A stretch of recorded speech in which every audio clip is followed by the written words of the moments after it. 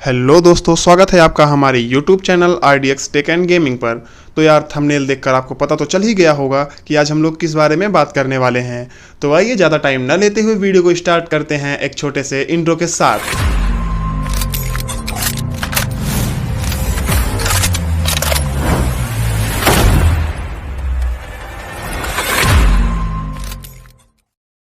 अगर आप एक ICSE के स्टूडेंट हो तो आपको तो ये वीडियो देखना बहुत ही इंपॉर्टेंट है। तो यार आपको तो पता ही होगा कि ICSE बोर्ड ने हाल ही में अपना सिलेबस रिड्यूस कर दिया है, और क्या रिड्यूस किया है, कितना रिड्यूस किया है, ये तो हम सबको पता है। ICSE ने सारी ईजियर पार्ट्स को निकाल दिया है, ऑलमोस्ट ऑन एन एवरेज बात करेंगे, और जो कॉम्प्लेक्स चीज़ें हैं उन्हें रहने दिया। यार लॉकडाउन का टाइम चल रहा है, पेंडेमिक है पूरे देश में, हम सब परेशान हैं, सब घर में हैं। हालात तो ये हैं कि कोई भी घर से निकलना नहीं चाहता। हर एक स्टूडेंट के ऊपर बहुत प्रेशर है, हर कोई परेशान है कि क्लासेस कब चलेंगी, हमारे एग्जाम्स कब होंगे, हमें कुछ नहीं पता है।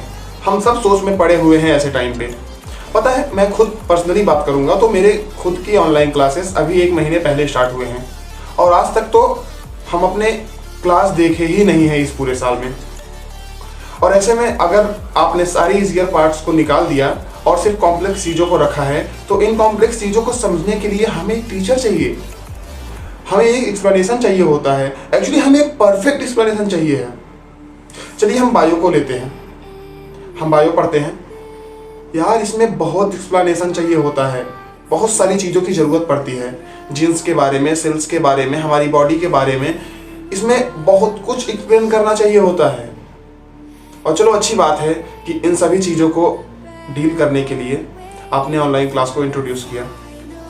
हमारा तो 1 महीने पहले ही स्टार्ट हुआ, आपका नहीं पता। ऑनलाइन क्लासेस में भी पता है बहुत प्रॉब्लम्स होती हैं, कभी वॉइस कट जाती है, कभी खुद डिस्कनेक्ट हो जाते हैं, तो कभी कनेक्ट ही नहीं हो पाते। कभी कुछ स्टूडेंट किसी भी नाम से आ जाते हैं, और जो बच्चे सीरियसली पढ़ने की कोशिश भी कर रहे हैं, जो किसी तरह से कनेक्ट भी कर पाए हैं खुद को, उन्हें भी डिस्टर्ब करते हैं। ऐसे में हम लोग कैसे पढ़ेंगे, कितनी तैयारी कर पाएंगे? आप लोग ने कहा आपने ICSE का सिलेबस कम कर दिया है। आपको पता है ICSE का सिलेबस बड़ा नहीं, बहुत बड़ा होता है, एक वास्ट सिलेबस होता है, बहुत ही ज्यादा एक्सटेंसिव सिलेबस। कुछ चीजें तो ऐसी होती हैं जिनकी हमें जरूरत भी नहीं होती, फिर भी हमें वो पढ़ाया जाता है। अच्छा आप बताओ, मर्चेंट ऑफ वेनिस के एक्ट 3 सीन 2 के लाइन 36 में कौन किससे क्या बोल रहा है, हमें उससे क्या मतलब है? वो किस स्ट्रीट में खड़ा है, इसका एक्सप्लेनेशन दो, कॉन्टेक्स्ट क्या है, वो वहाँ पे क्या कर रहे हैं, कौन कौन है वहाँ पे, ये सब जान के क्या करेंगे हम, कहाँ काम आने वाला है? डियर ऑनरेबल अथॉरिटीज, समझाइए।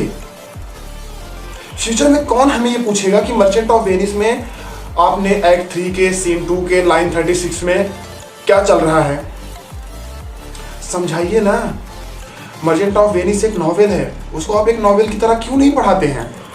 जहाँ एक तरफ आप हमें इंग्लिश के एक नॉवेल की एक एक लाइंस को पढ़ाते हैं, एक एक लाइंस को रट्टा मारने के लिए बोलते हैं, वहीं आपके लिए हमारी मातृभाषा हिंदी का कोई इंपॉर्टेंस नहीं है। दोस्तों, आप में से बहुत सारे लोगों को ये तो मालूम ही होगा कि पिछले साल ही 9th क्लास को बोर्ड से अटैच कर दिया गया है।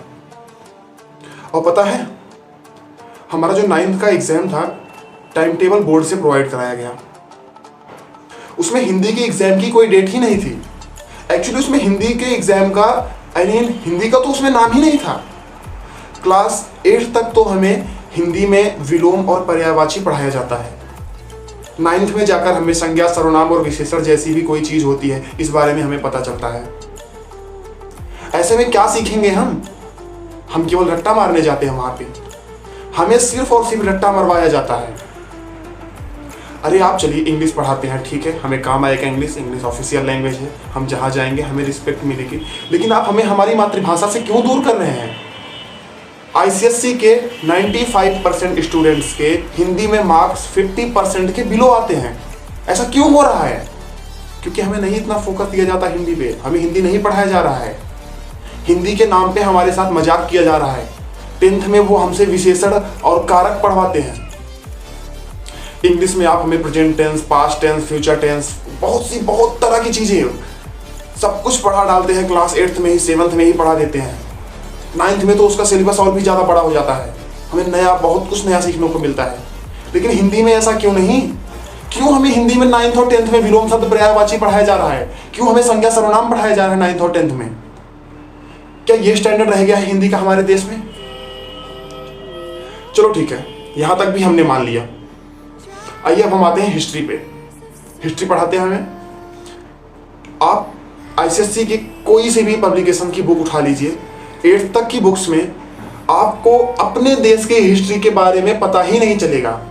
आपको विदेशों के बारे में, अलेक्जेंडर कौन था, आप अलेक्जेंडर को एक कॉमन नेम ले लेते हैं, उसके बारे में आपको चैप्टर पे चैप्टर मिलेंगे, पेजेस भरे हुए हैं, अलेक्जेंडर ये था वो था, अलेक्जेंडर बहुत महान था, सब कुछ उसके बारे में है।